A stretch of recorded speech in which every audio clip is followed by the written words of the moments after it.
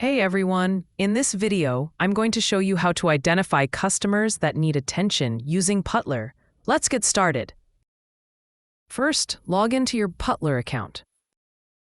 Next, head over to the customer's dashboard. Then go set your date range. Here I'm selecting last year.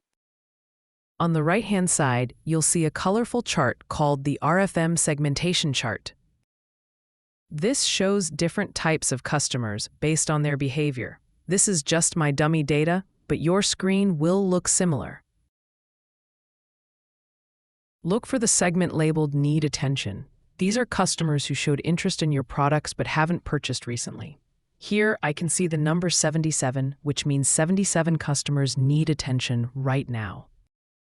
Click on the Need Attention section. This will open a detailed list of all customers in this segment. Scroll down and you'll see the full customer list view.